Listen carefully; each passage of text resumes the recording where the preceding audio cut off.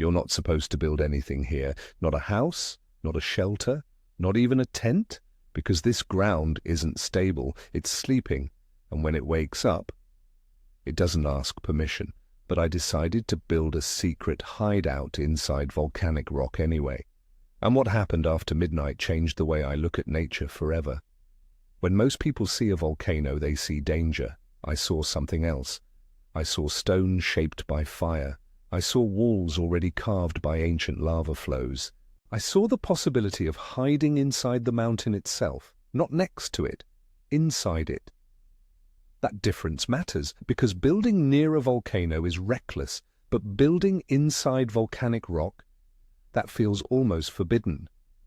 The idea started with a question: what if the safest place near a volcano is actually inside the rock it created?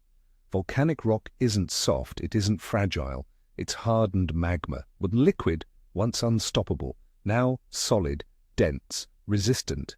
In some areas, lava tubes form naturally, hollow tunnels left behind when molten lava drains away.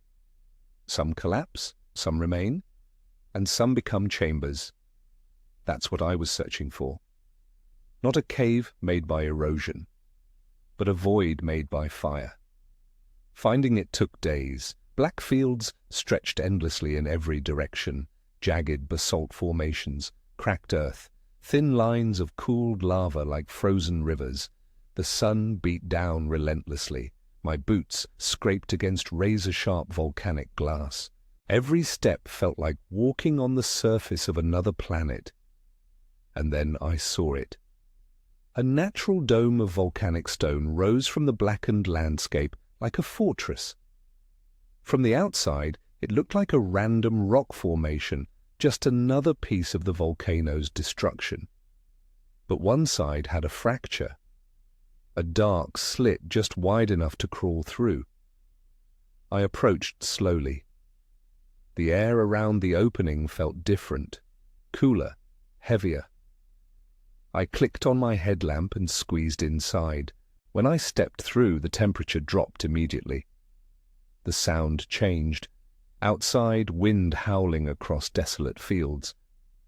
Inside, silence. Not normal silence, deep silence, the kind that feels like it has weight, like pressure in your ears. I stood up slowly, my light sweeping across the interior. The walls curved upward into a dome.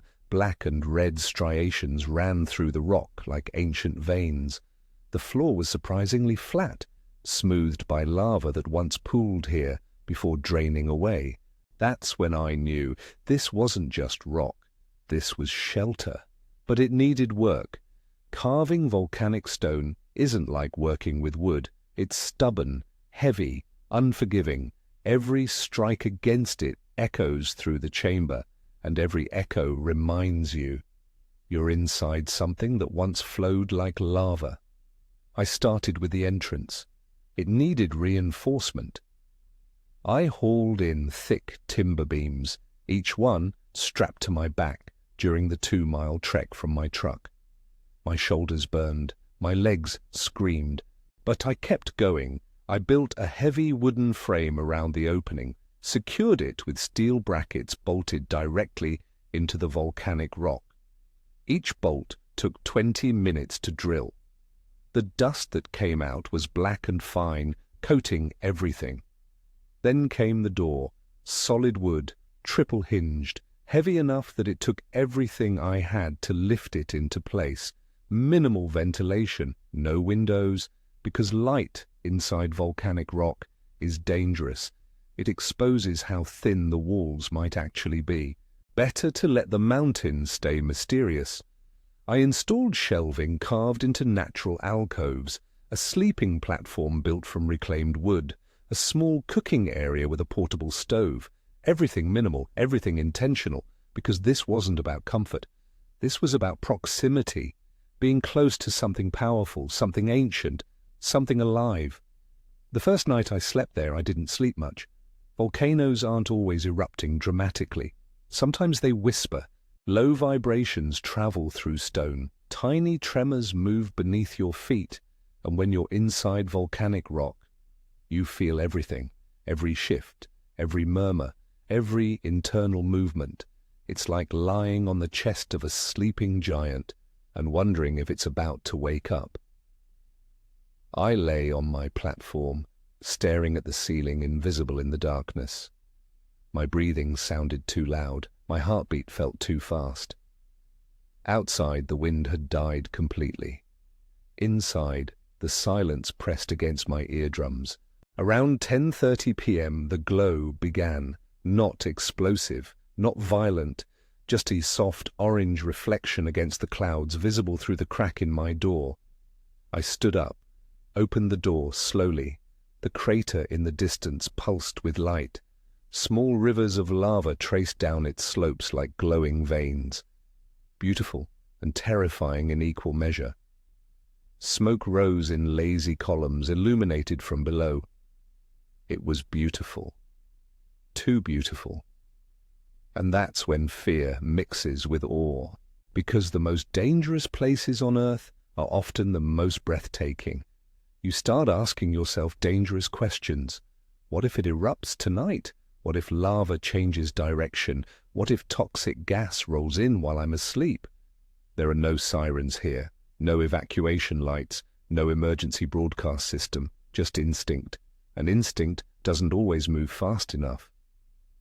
I went back inside, closed the door, checked my gas detector for the third time. Normal levels, for now. Midnight came quietly. Then it happened. A tremor. Not violent, but undeniable. The stone beneath me vibrated. The walls hummed with a frequency I felt in my bones. Dust fell from the ceiling in small cascades. My water bottle rattled against the shelf. And for one split second my brain screamed, "You built this inside a volcano. Inside. Not beside. Inside." That distinction suddenly felt like a mistake. I grabbed my flashlight and stepped outside again. The crater was brighter now. Small bursts of lava shot upward, fountains of liquid rock arcing into the night sky before splashing back down. Not catastrophic, but active, alive. And the air smelled different. Metallic, hot, charged. You can't describe that smell properly. It's like the scent of heat itself. Sulfur and iron and something primal that triggers every ancient warning system in your DNA. Back inside, I realized something strange. Fear becomes sharper in confined spaces. Inside volcanic rock, there are no distractions, no trees swaying, no city noise, no distant traffic, just you and the mountain. And when the mountain moves, you feel insignificant. Not metaphorically, physically, small, temporary, replaceable. But here's the paradox. The closer you get to danger, the calmer you sometimes become, because panic doesn't help. Clarity does. I forced myself to think logically. I checked the structure. Reinforcements stable. Doorframe secure. Interior intact. The hideout wasn't collapsing. The mountain wasn't exploding. It was simply reminding me who was in control, and it wasn't me. At 1:17 a.m. the second tremor came, stronger. The lantern swayed violently. Pebbles fell from the doorway. The wooden frame creaked. For a moment I considered leaving, packing everything, running. But here's something people don't talk about, the psychological trap of commitment. When you've built something, when you've invested time, energy, effort, you want to believe it was worth it. So you stay, even when leaving might be smarter. I stood in the doorway, one hand on the frame, watching lava streams under the stars. The sky was clear. The Milky Way stretched above the volcano in a river of light, and the contrast was surreal. Infinite cold space, molten heat below, and me standing in between, inside volcanic rock, watching both. The tremors stopped around 3 a.m.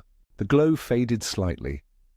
The mountain returned to its slow breathing rhythm, and exhaustion finally won. I slept. Inside a structure carved into rock born from magma. And somehow, Morning came. Sunrise here isn't dramatic. It's subtle. Blue light replaces orange glow. Steam drifts lazily from the crater. The lava looks darker, less threatening, almost calm. That's the deception. Volcanoes can look peaceful, seconds before chaos. And that duality is what makes them hypnotic. Standing outside the hideout at dawn, I understood something important.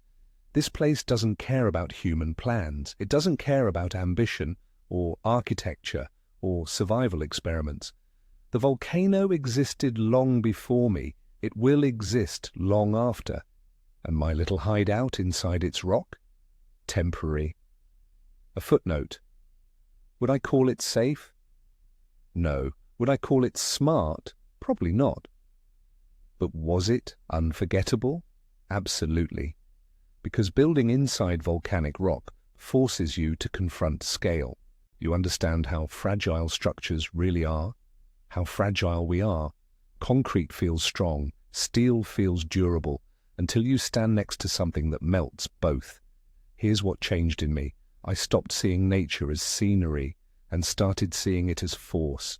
We build cities, we build shelters, we build monuments, but nature builds mountains from fire and occasionally reminds us who's older.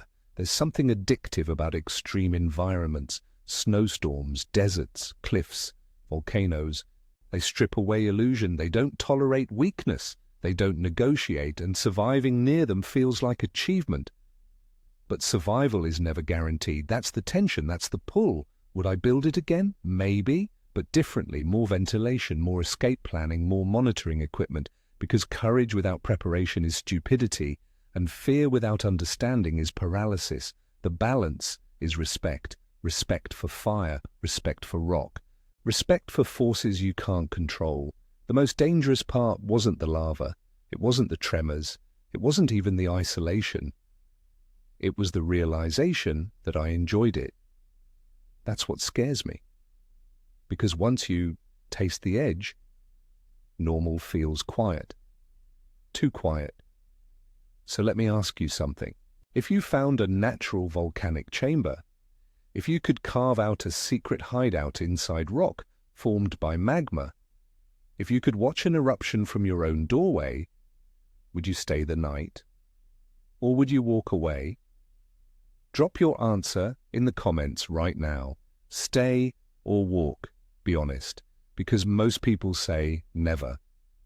But curiosity is powerful, and I want to know, are you someone who plays it safe or someone who leans toward the fire? If this story made your heart beat faster, if you felt that tension, if you imagined standing there, then you understand. And there's more coming, because this isn't the only place where nature and shelter collide. Hit subscribe, hit that notification bell, because next time we go even closer to the edge, and what I found there will make this volcanic hideout look safe. See you in the next one.